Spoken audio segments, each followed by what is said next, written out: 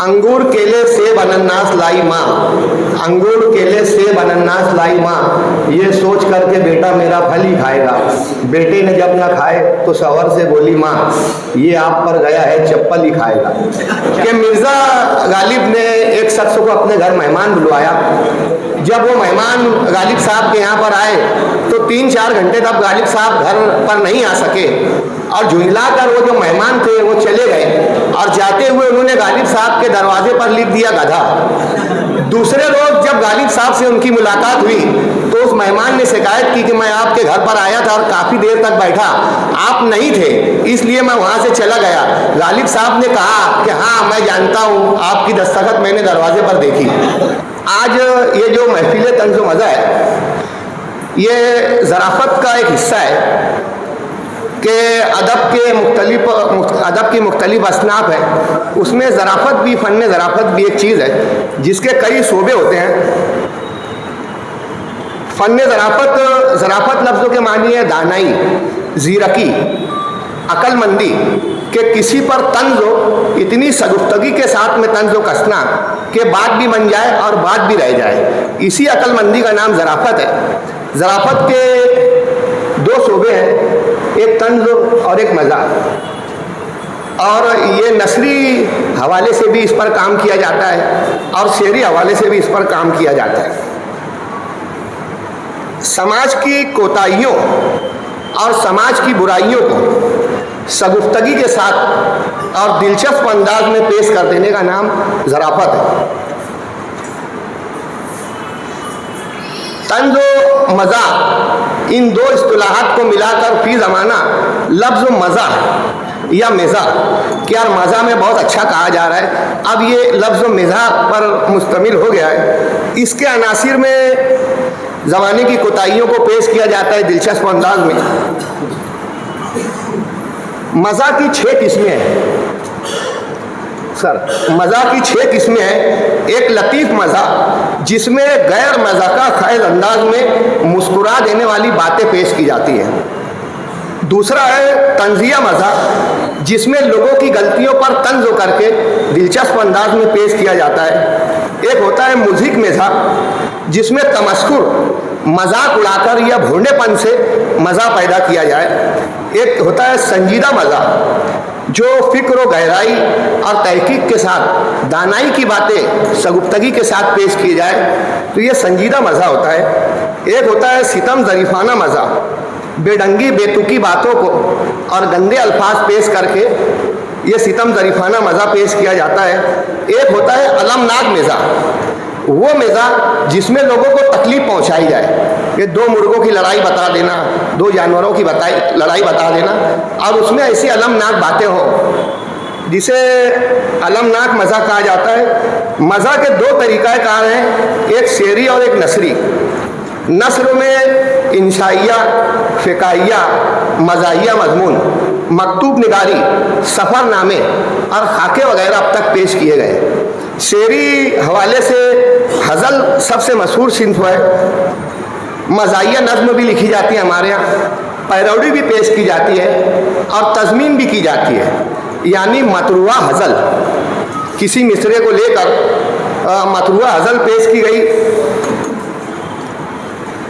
आज महफिल तंज़ व मज़ा में तंज़ व मज़ा के जो मानी मैं समझता था वो मैंने बयान किए। दोस्तों, आज हमारी महफिल में क़िरात के लिए कारी ज़ुबैर उस्मानी साहब मौजूद हैं। मैं बिला तमहीद उन्हें अर्ज़ करूं, गुजारिश करूं उनसे कि रंगों की सवारी के उतरने की खबर दे, रंगों की सवारी के उतरने की खबर दे, इस तुंद व सियाही को पिघलने की खबर दे। ऐसा अते अव्वल के ज़िया सास फरिश्ते दे, पहली अज़ां रात को ढलने की खबर दे। जिसके चर्चे हैं लहू से सांस के दस्तूर तक और खुदा के बाद उनके नाम की तरतीब होती है। फलक पर भी दरूद पाक की तकरीब होती है। कोई पारस नहीं उसके सिवा आदम की बस्ती में, जेहालत जिसके दर को चूम कर तहजीब होती है। और सदाए कुन से मोहम्मद की रूनुमाई पर खुदाई हो गई कुर्बान मुस्तफ़ाई पर, जहाँ पहुँच के सभी अज़मतों ने दम तोड़ा, सलाम आपकी टूटी हुई चटाई पर। दोस्तों, किरत कारी ज़ुबैर उस्मान साहब ने फरमाई, सुभान अल्लाह की सदा से ये हाल गूंजता रहा। मैं शुक्रगुज़ार हूँ उनका। दोस्तों, इससे पहले मैंने तंज़ व मज़ा से मुताल्लिक़ उसकी तारीफ़ बयान की थी।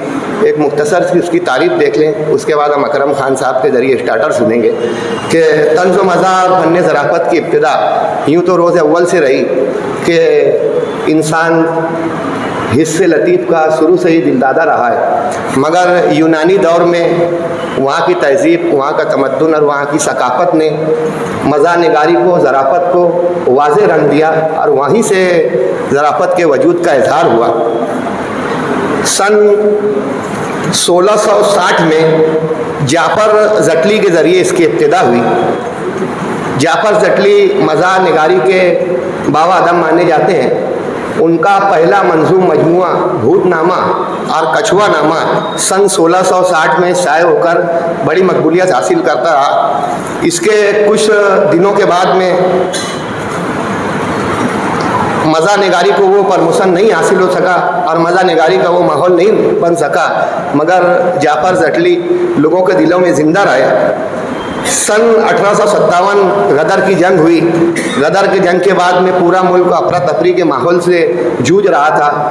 गम और अंधो हर घर का नसीब बन चुका था। ऐसे में लोगों में शगुफ्तगी पैदा करने के लिए बेशुमार शोरा हज़रात आगे आए।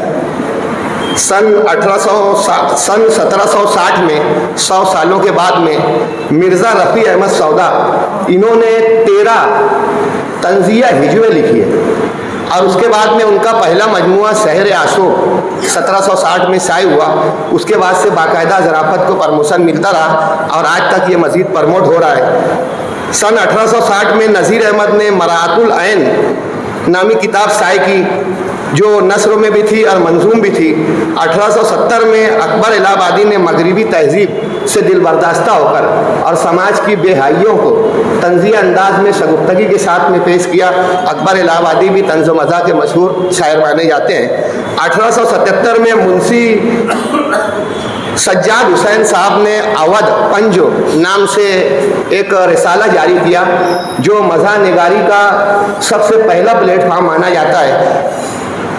1877 में मुंशी सज्जाद हुसैन के अवध पंज रिसाले में से बेशुमार शोरा ने लिखना शुरू किया, जिसमें राजा मेहदी अली खान, मुंशी अहमद अली शोख, मिर्ज़ा मच्छू बेग, सितम ज़रीफ, मुंशी लाला प्रसाद वगैरह ने इसमें मज़ामीन लिखे, हज़लें लिखी और यहाँ से अदब में ज़राफ़त, सिन्फ़ ज़राफ़त मज़ीद वाज़े होना शुरू हुई। सन 1900 में दिलावर फिगार अहमद शाह पितरस बुखारी जिन्हें आमतौर पर टांग्स गिरे भी कहा जाता है। मज़ीद अहम नामों में कृष्णचंद, मुश्ताक अहमद यूसुफी, रशीद अहमद सिद्दीकी, डॉक्टर वज़ीर आगा, कर्नल मोहम्मद खान, शौकत थानवी, कन्हैया लाल कपूर, अनवर मसूद, हाजी लकलक, मिर्ज़ा फरहतुल्ला बेग, नज़ीर अकबराबादी, सैयद ज़मीर काज़मी, सुलेमान खतीब, पागल आदिलाबादी और पॉपुलर मीठी फी ज़माना, ये मज़ाही अदब की खिदमत कर रहे हैं। शगुफ़ा अवध पंजो के बाद में हैदराबाद जिंदा दिलाने हैदराबाद की जानिब से शगुफ़ा शुरू किया गया मुस्तफ़ा कमाल साहब की इदारत में, जिसने मज़ा को हिंदुस्तान में मज़ीद मुस्तहकम किया। आज भी शगुफ़ा बड़े तमतराक से जारी है। हिंदुस्तान भर के कलमकार उसमें लिखते हैं। बड़ी खुशी की बात है कि हर शुमारे में मालेगांव के एक शख्स की उसमें तख्लीक मौजूद होती है। अहम किताबों में, मज़ा की अहम किताबों में हम देखें तो शहर आशूब, मिरातुल उरूस, गालिब के खुतूत, पितरस के मज़ामीन, मुश्ताक यूसुफी की चराग तले, इब्न इंसा की चलते हो तो चीन को चलिए, कर्नल मोहम्मद खान की हम भी वहाँ मौजूद थे, और लंदन की एक रात शौकत थानवी ने लिखी थी। कन्हैया लाल कपूर ने तंज़ मज़ा पर एक किताब लिखकर ज़राफ़त में कई अहम किताबें इन लोगों ने दी। दोस्तों, ज़रीफ़ाना अदब फी ज़माना मालेगांव के सिवा खाल खाल ही शहरों में दिखता है। जिंदा दिलान की ये कोशिश कारआमद और कारगर साबित हो रही है कि दिन ब दिन यहाँ सामाइन की तादाद में इजाफा भी हो रहा है और नए लिखने वाले भी पैदा हो रहे हैं, नए लोग भी मुतारिफ हो रहे हैं। मैं जिंदा दिलान मालेगांव विस्कस लाइब्रेरी ट्रस्ट को इस अमर पर मुबारकबाद पेश करता हूँ। इस महफिल में स्टार्टर सबसे पहले पेश किया जाता है। ये इन लोगों की रस्म है, 10:10 और सबसे पहले स्टार्टर। अकरम खान साहब को मैं आवाज़ दूंगा कि 8-10 की आँख फूटी, 8-10 का सर खुला, 8-10 की आँख फूटी, 8-10 का सर खुला, लो खतीबे शहर की तकरीर का जौहर खुला। और तुम तो ऐसे उदास बैठे हो जैसे बीवी के पास बैठे हो। दोस्तों, अकरम खान काफ़ी विद खान इनका एक शो है, बहुत अच्छा चलता है और बहुत तवज्जो से लोग उसको सुनते हैं। अकरम खान साहब हमारी दावत पर आज यहाँ तशरीफ़ लाए और उन्होंने मुख्तसर ही सही लेकिन कुछ सगुफ्तगी हाल में बिखेरी। मैं मशकूर हूँ अकरम खान साहब का। मुख्तार अदील साहब को तबर्रुक पेश करने से पहले, मुख्तार अदील साहब इससे पहले तबर्रुक पेश करें, तारिक असलम साहब इजाज़त हो तो मुश्ताक यूसुफ़ी के चंद जुमले अज़राए मज़ाक में पेश कर दूँ। मुश्ताक यूसुफ़ी साहब के कुछ जुमले हैं, मोहम्मद रज़ा सर के बी पड़ोसन के खदो खाल कुछ ऐसे थे कि मोहतरमा भरी बारिश में अगर बाहर खड़ी हो जाए तो क्या मजाल के पैर के पंजे भीग जाएं। हर आदमी इतना बुरा नहीं होता जितना उसको उसकी बीवी समझती है और हर आदमी इतना अच्छा नहीं होता जितना उसको उसकी माँ समझती है। आजकल साबुन के इश्तिहारात देखकर ये समझ में नहीं आता कि इससे नहाना है या खाना है। दूध बादाम से बना, जरा सा लक्स। शक्कर शुगर की बीमारी इतनी बढ़ती जा रही है कि लोगों ने मीठा खाना पीना तो क्या, मीठा बोलना भी छोड़ दिया है।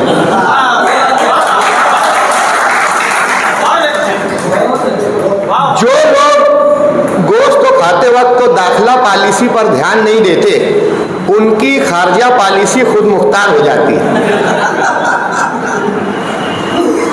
दुनिया में गालिब वाहिद शायर है जो समझ में ना आए तो डबल मजा देते हैं। आलम इस्लाम में हमने कभी किसी बकरे को तबई मौत मरते नहीं देखा। नहाने से 100 बीमारियां दूर होती हैं, मगर ना नहाने से जो बीमारियां दूर होती हैं उनमें एक महबूबा भी है।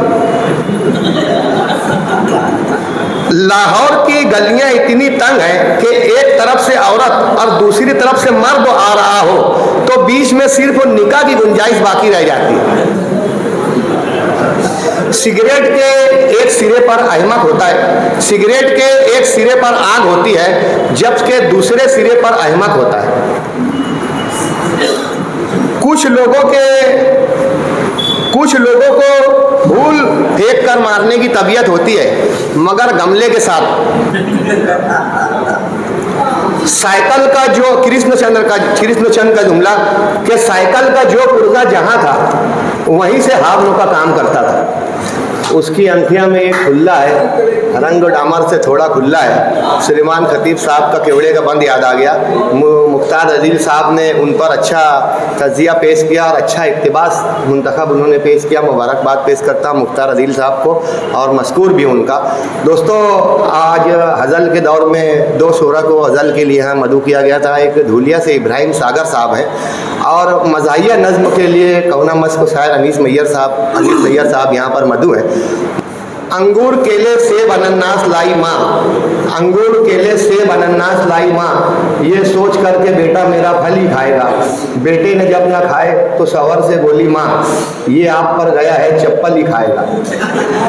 निकले तो उसे बाप समझ लेते हैं, नेक कामों को मेरे बाप समझ लेते हैं और इतनी मिलती है मेरे अब्बा से सूरत मेरी, लोग मुझको ही मेरा बाप समझ लेते हैं। कल शाम किसी बज़्म में जूते जो खो गए, हमने कहा बताइए घर कैसे जाएंगे। कहने लगे कि शेर सुनाते रहो मियाँ, गिनते नहीं बनेंगे अभी इतने आएंगे। इब्राहिम सागर साहब से हमारा क्या, हमारी तो रमे दौरा ने मारी है।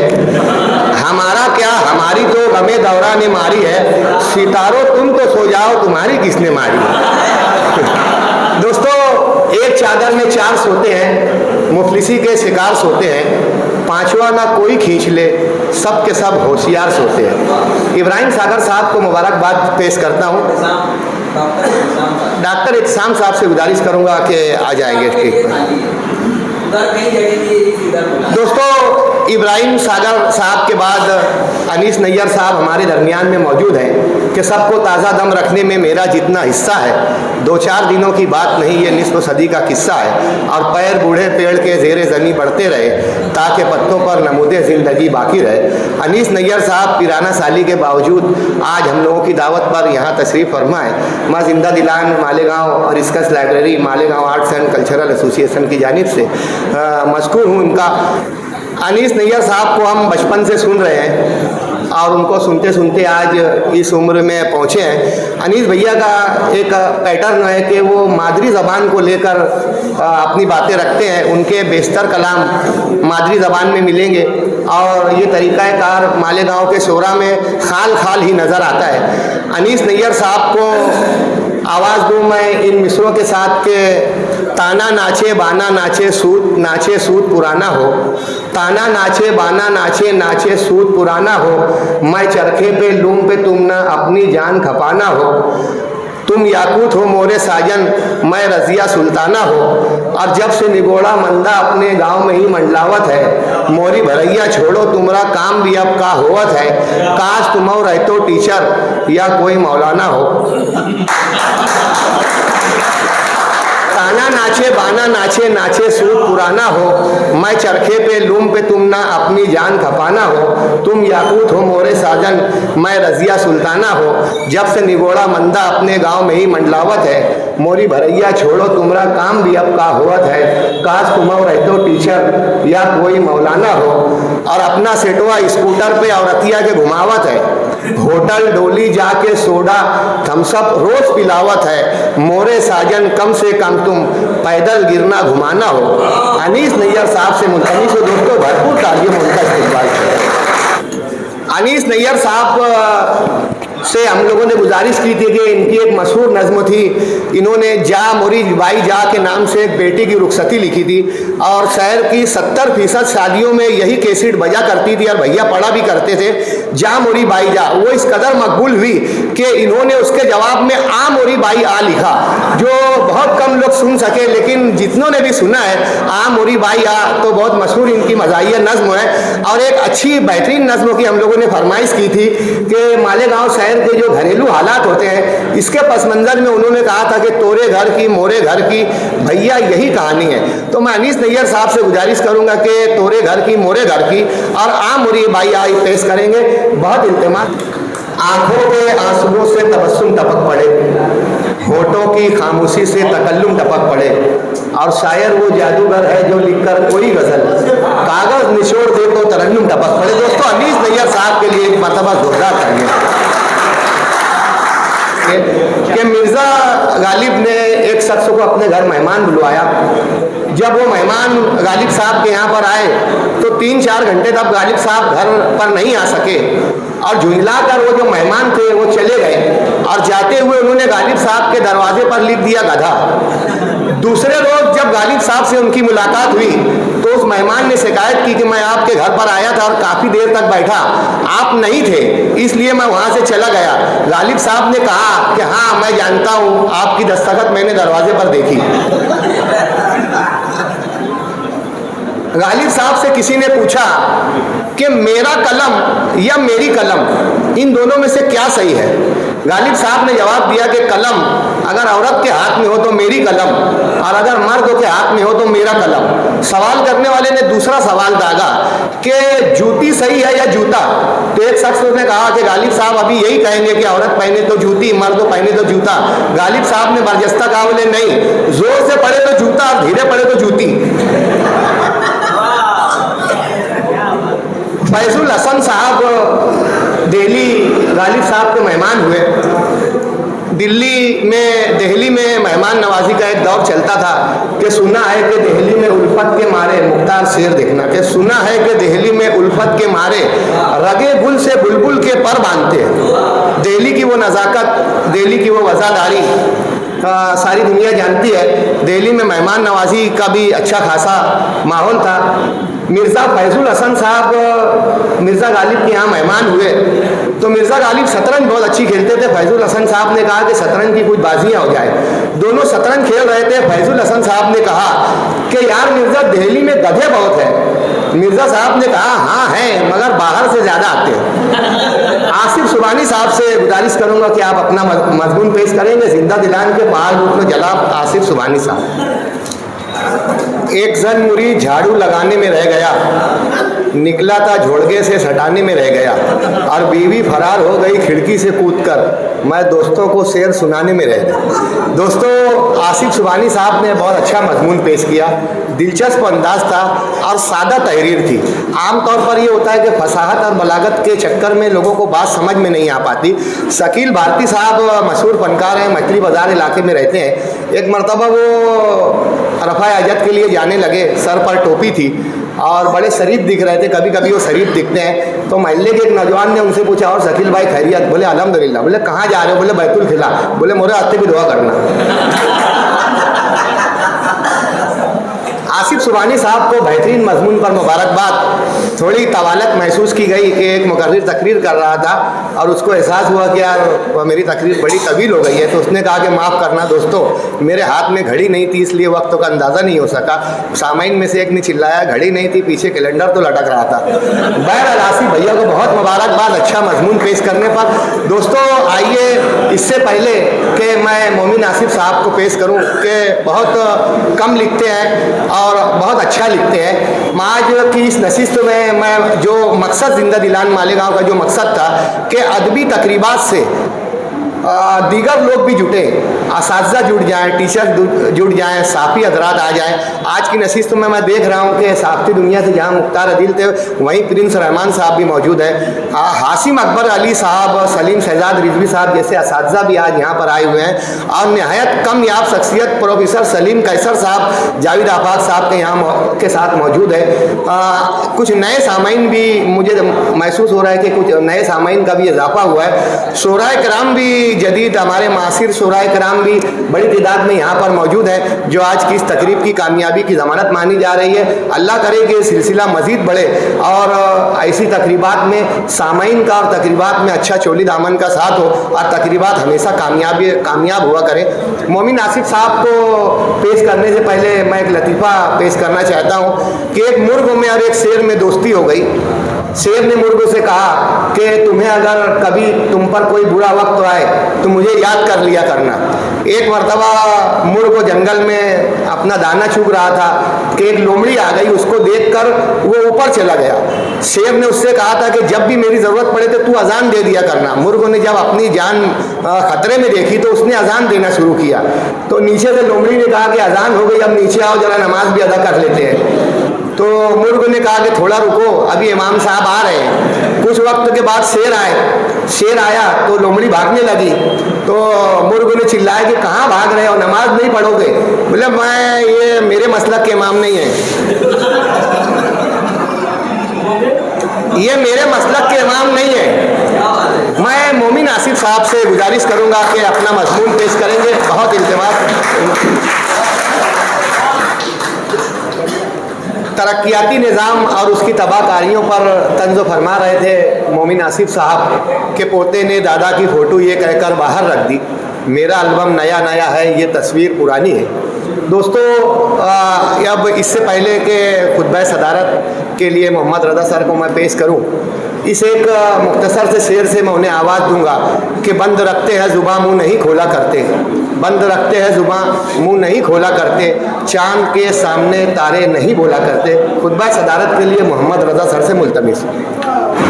अकरम पहलवान